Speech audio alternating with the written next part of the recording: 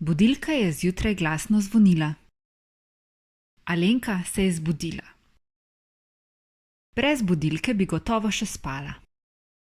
Odšla je v kuhinjo in hčerki Mojci pripravila zajtrk. Po zajtrku je Mojca vzela svojo šolsko torbo in odšla v šolo.